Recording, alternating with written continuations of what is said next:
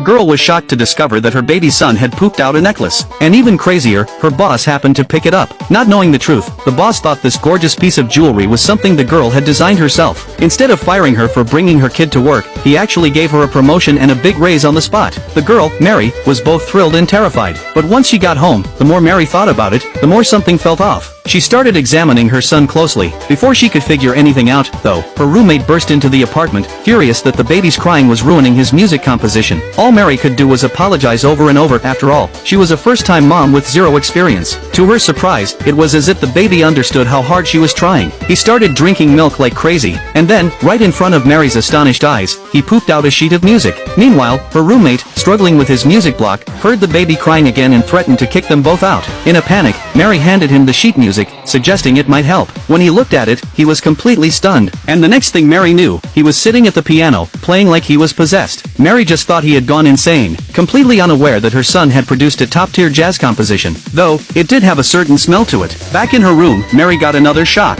Her newborn son was casually watching a horror movie. All these bizarre signs finally made simple-minded Mary realize her son was no ordinary child. She had no idea that the baby she had picked up off the street was a true miracle, one that would completely change her life. But clueless Mary thought her son was basically a living ATM machine. She pulled out a bag of cookies and tried to sweet-talk him, telling him how sick her mother was and how desperately they needed money for treatment. Laying on the sob story thick, then she fed him cookie after cookie, anxiously waiting for him to poop out a few $100,000 worth of treasure. Instead, the baby let out such a foul-smelling poop that Mary nearly passed out. Still, she convinced herself that it must just be a digestive problem, and rushed to find a pediatrician to get her son checked out. Hearing Mary's bizarre story, the doctor was horrified, but assumed she was delusional. He immediately issued a psychiatric evaluation and tried to have her committed. Mary, however, wasn't worried. After all, she had paid good money for this expert appointment. She insisted she could prove it. Out of curiosity, the doctor agreed to watch. The baby chugged down a whole bottle of milk. Nothing happened. Mary figured he was still hungry and shoved more cookies into his mouth. The doctor, getting strangely invested, even handed over a banana to help things along. After all that effort, the baby finally responded by filling the entire room with poop. The doctor, disgusted and furious, kicked them both out, ranting that he should have never believed her in the first place. He even swore, if that baby ever poops out a real necklace, I'll give you $1 million.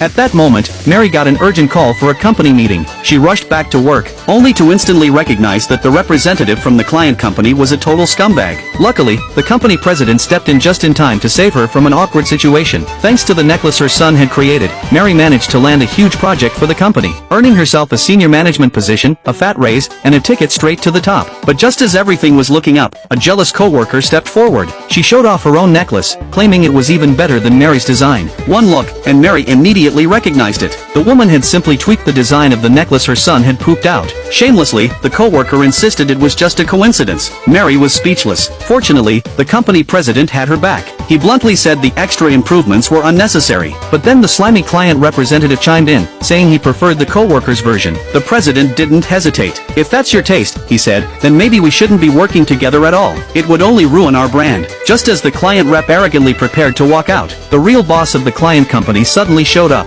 And to Mary's shock, it turned out to be her roommate, the struggling musician.